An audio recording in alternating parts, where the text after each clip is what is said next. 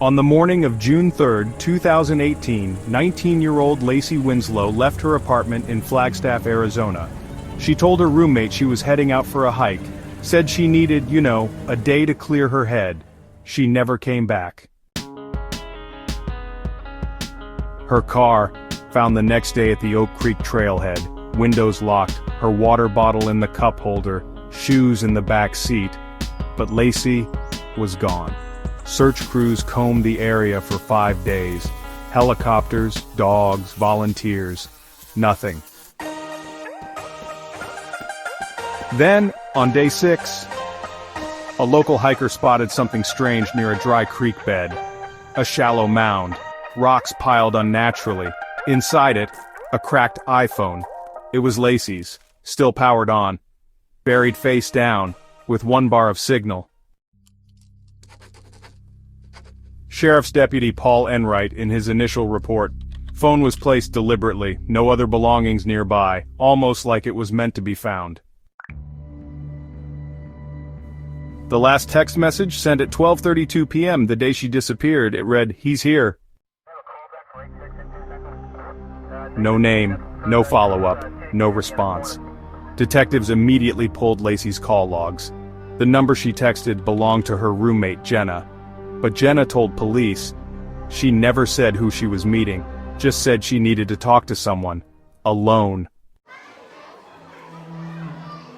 Her parents didn't know of a boyfriend. Friends said she had been distant in the weeks leading up to the hike, but no one knew who he was.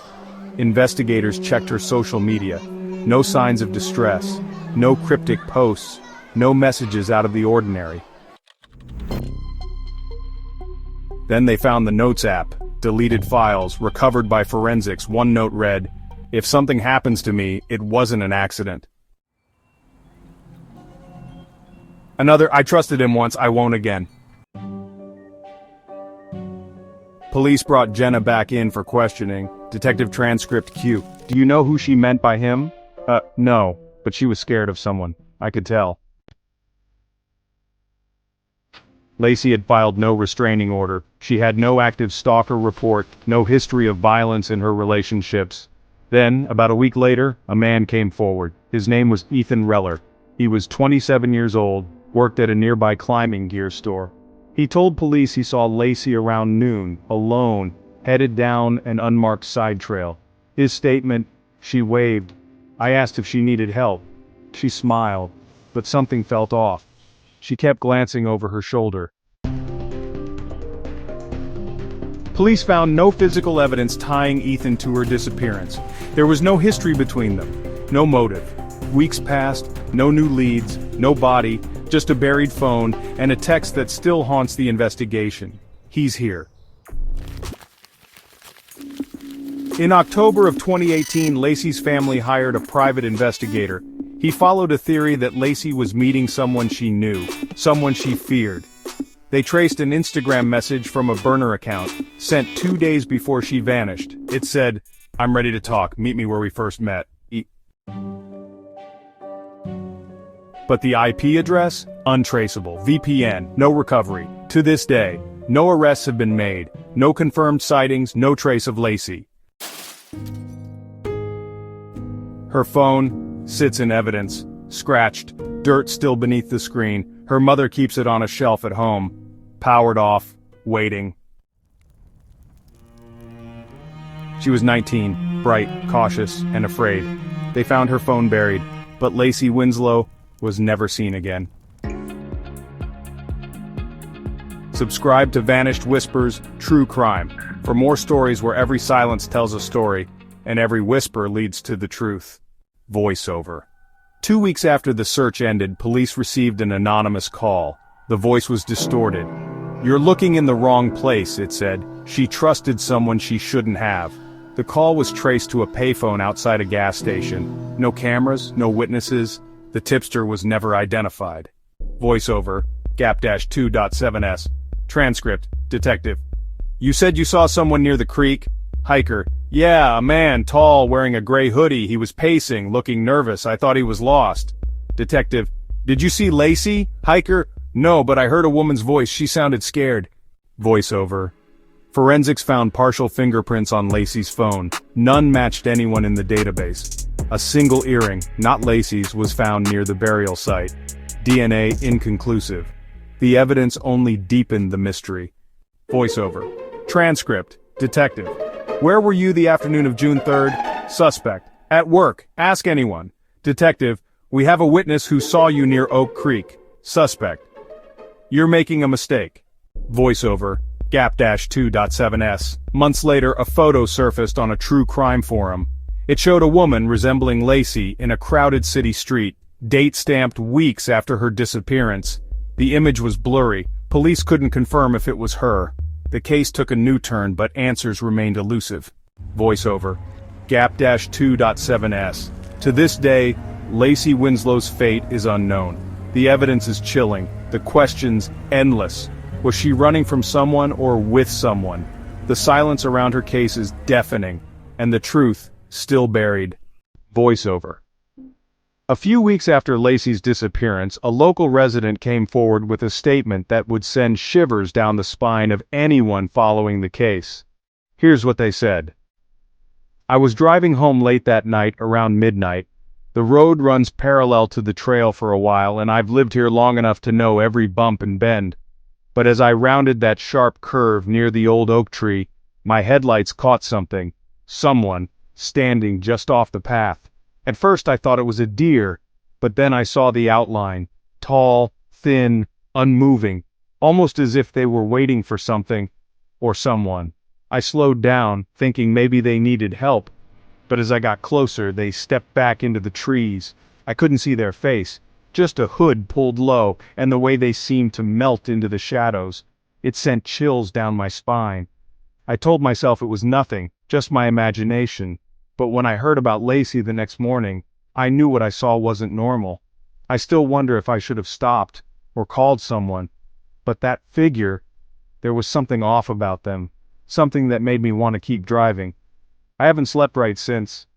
The locals' account has never been corroborated. Some dismiss it as nerves or a trick of the light.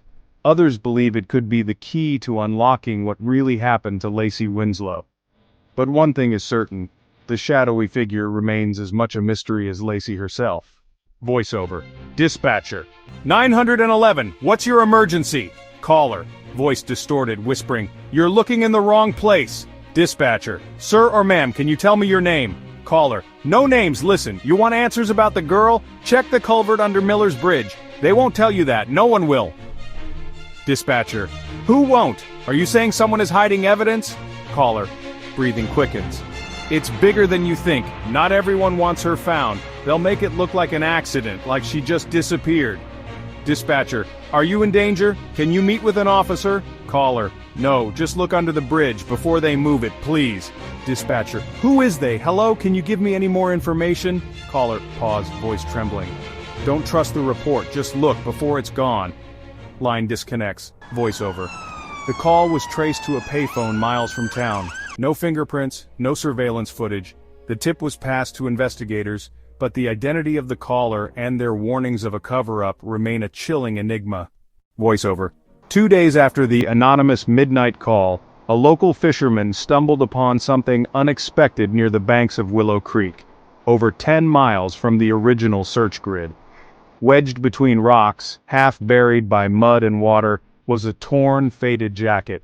It matched the description of the one Lacey wore on the day she vanished. Investigators descended on the scene, carefully bagging the damaged garment and scouring the area for additional clues. Forensics would later confirm the jacket belonged to Lacey. But the discovery only deepened the mystery. How did it end up so far from where she was last seen? Was it left there as a message, or had it drifted downstream on its own? The news sent waves of shock through Lacey's family. Her mother, voice shaking, told reporters, "We thought we were getting closer to answers, but now it feels like we're back at the beginning. If someone put her jacket there, we need to know why." Detectives admitted the find raised more questions than it answered. Was this evidence of foul play, or another cruel twist of fate? The search area was expanded, but with each new discovery, the certainty of what happened to Lacey seemed to slip further away, replaced by a growing sense of fear and the chilling realization that someone still might be hiding the truth. Voiceover. The case takes a new turn as Detective Harper arrives in Willow Creek. Harper, a seasoned investigator known for relentless pursuit of the truth, isn't just another face on the task force. Her own cousin vanished from a nearby town years ago, under eerily similar circumstances. Driven by both duty and personal history, Harper wastes no time. We see her in a dimly lit evidence room, methodically reviewing Lacey's torn jacket, photographs and maps marked with timelines and search grids. She flips through witness statements, her brow furrowed as she notes discrepancies. Jenna's timeline doesn't quite match the phone records. Ethan Reller's alibi is thin, too convenient, too rehearsed. Harper's interviews are measured but intense. Locals who were previously brushed off by police now find themselves under her sharp gaze. She catches subtle shifts in their stories, details omitted, nervous glances, contradictions that other investigators missed. Tension mounts as Harper digs deeper. She discovers several police reports that were edited after filing, with key details removed. Surveillance footage from the night Lacey disappeared is missing a critical hour. Harper's suspicion grows. Is someone inside the department hiding the truth? As the camera lingers on her determined face, Harper quietly vows, "No more secrets, not this time." The stakes have never been higher, and for the first time the investigation feels truly unpredictable. Voiceover. As Detective Harper's investigation intensifies, a sudden breakthrough sends shockwaves through the case. Surveillance footage from the police station's lobby catches Jenna, until now considered a reliable witness, hunched over her phone, rapidly swiping and deleting messages. The timestamp is just hours before her scheduled interview with Harper. Cut to the interview room. Harper, her eyes cold and unwavering, slides Jenna's phone across the table. "You want to tell me what you were deleting?" Harper asks, her tone razor sharp. Jenna's hands tremble. She hesitates, then breaks. "I wasn't trying to hurt anyone, I had to protect someone. Someone who was with me that night, someone who doesn't deserve to get dragged into this." The tension in the room is palpable. Jenna's confession fractures the narrative, forcing everyone to question what they thought they knew. Who is Jenna protecting? And what really happened the night Lacey disappeared? As Harper leans in, voice barely above a whisper, she reminds Jenna, and the audience, the truth always finds a way out. The investigation, once tangled, is now unraveling at breakneck speed, and nothing will ever be the same. Voiceover. The camera lingers on framed photographs. Lacey's childhood smile, birthday candles, family vacations frozen in time. In the soft glow of a living room lamp, Lacey's mother sits clutching a faded sweater, her voice trembling but resolute. Cut to her interview. "She was always the light in our house," her mother recalls, eyes shining with tears. "Even as a little girl, she'd leave notes for me, tiny reminders to smile, to be brave. I still feel her everywhere, and I have to believe she's out there, waiting to come home." A pause, the weight of grief heavy in the air. "We won't give up," she continues, her gaze unwavering. "No matter what anyone says, we need answers. Lacey deserves that." The shot widens to show Detective Harper standing nearby, her expression solemn. She kneels beside the family, placing a reassuring hand on Lacey's mother's shoulder. "I promise you," Harper says quietly, "I will find the truth, no matter how long it takes, no matter what it costs." The music swells, soft yet determined as the family holds each other close. The search for Lacey isn't just an investigation anymore. It's a fight for hope, for justice, and for the memories that refuse to fade. As the scene closes, the camera lingers on a family portrait. One spot, still waiting for Lacey's return. Voiceover. Detective Harper sits in her dimly lit office, the glow of computer monitors reflecting in her focused eyes. Surveillance footage flickers on the screen. Ethan Reller, nervously pacing outside a nondescript storefront in the early morning hours. Cut to Harper spreading financial documents across her desk, tracing highlighted bank transfers and cash withdrawals. The evidence forms a tangled web, leading directly to a local business owner, someone who had, until now, stayed under the radar. Quick cuts security camera angles catch Ethan meeting the business owner in shadowy corners, exchanging envelopes, their conversations masked by the hum of city life. Harper's voice, steady and resolute, guides us through the timeline, each transaction, each meeting, building a case that links Ethan to a larger scheme. As the music intensifies, Harper overlays the footage with Lacey's last known whereabouts. The puzzle pieces begin to align, painting a picture of betrayal and hidden motives. The business owner, once a trusted figure in the community, now stands at the center of a conspiracy that may have cost Lacey her freedom. In a final shot, Harper pins photographs and documents to her investigation board, a red string connecting Ethan, the business owner, and Lacey's disappearance. The camera lingers on Harper's determined expression. She's closer than ever to the truth, but the real danger may be just beginning. Voiceover. Harper's discovery changes everything. The search for Lacey is no longer just about finding a missing girl. It's about exposing a web of deceit that threatens to unravel the entire town. Voiceover. In the cold, gray light of dawn, Detective Harper stands across from the business owner, the main suspect, inside a stark, echoing warehouse. Their faces are hidden in shadow, the tension palpable. Harper's voice is steady, but her eyes burn with the weight of everything she's uncovered. She lays out the evidence, the transfers, the secret meetings, the hidden connection to Ethan Reller.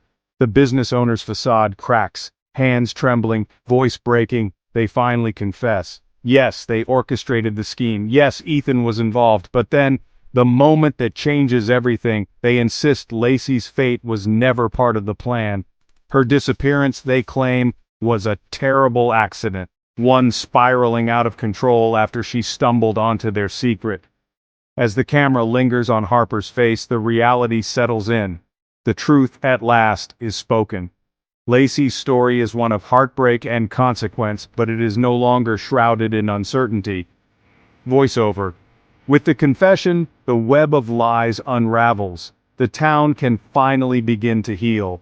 For Lacey's family, and for Harper, closure comes not with triumph, but with the heavy silence of justice finally served. In the days after the truth comes to light, the town exhales, a long-held breath finally released.